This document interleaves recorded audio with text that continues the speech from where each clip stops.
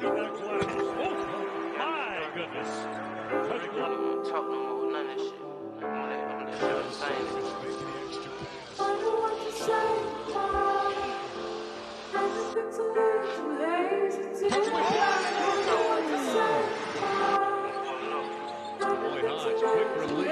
Let's go, hey.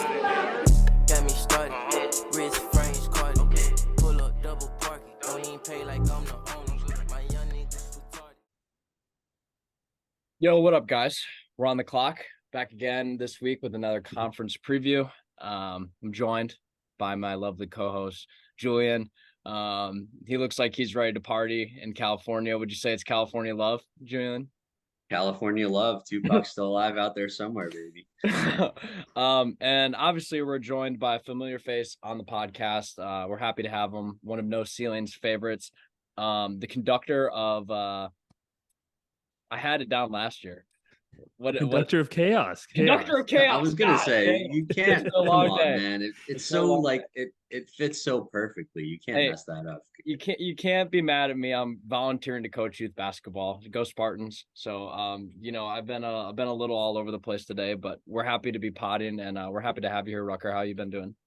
I'm doing good, gentlemen. Thanks for having me on. I'm glad to make my return to this pod, and man, I'm ready for basketball season to be here. So when you guys asked me to come on this, I was like, yes, anything to fill the void until the countdown's at 0. So how are you guys doing? Everything good?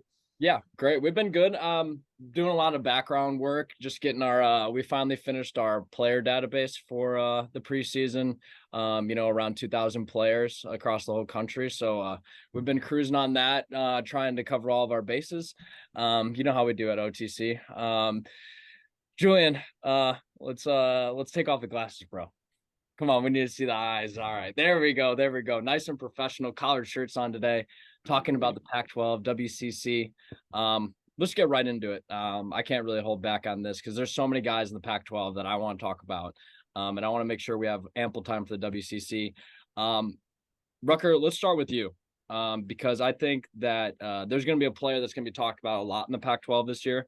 And, last time we started with some, sophomores and upperclassmen with Dagenhart and Petrastis, but I think the story of this conference going into the season has to be the plethora of freshman talent that's come in, and specifically at the top of that with Isaiah Koye. What are the things that really popped to you about Koye? And I mean, you joined in my boat, and you have him as the player of the year. Yes.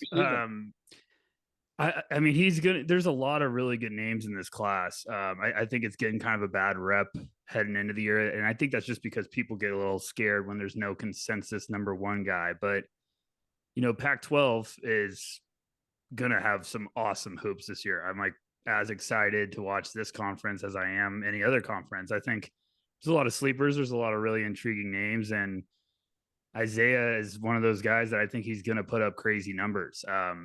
He's just tough-minded. I got to see him in Portland at Nike Hoop Summit, and he's a bull in a china shop. He's really tough when he gets downhill.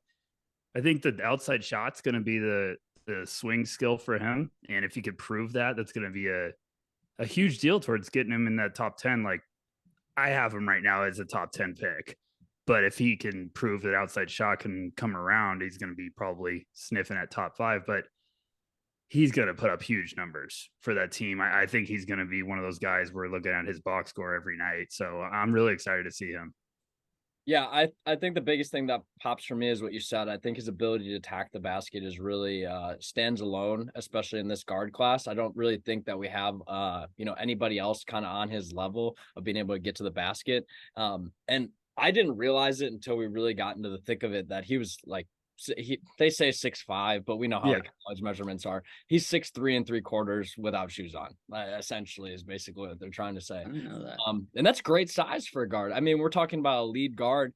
It fits the mold of a lot of these guys that we've seen at the top of these past classes with Ivy, and even Henderson, where these athletic guards that can attack the basket just have such staying power at the top of these classes. I think, like you said, I think it was a great point that a lot of people are nervous about this class because it's not easy. It's not going to be an easy class to scout. And for people that don't want to do their homework and maybe are riding off other people's coattails, it can be a little daunting to look at this whole freshman class and say, which guy am I going to pick out of here to be, my number one? And a lot of people are deferring to the Ignite and deferring to the NBL now. We're going to start hearing about Sar and Clintman over the next couple of weeks. And me and Julian have been on these guys for months. And, as everybody's catching back up and we're moving in the college guys, Koye is a name to me that, like you said, I think for a USC team where there isn't a whole lot of certainty in the points column on that roster. I think Kobe Johnson does a lot of things great, but I think his weaknesses definitely fall in the shooting department and creating for himself off the dribble, where a guy like Koye is going to be easy offense, especially like you said, getting down to the basket and the pick and roll.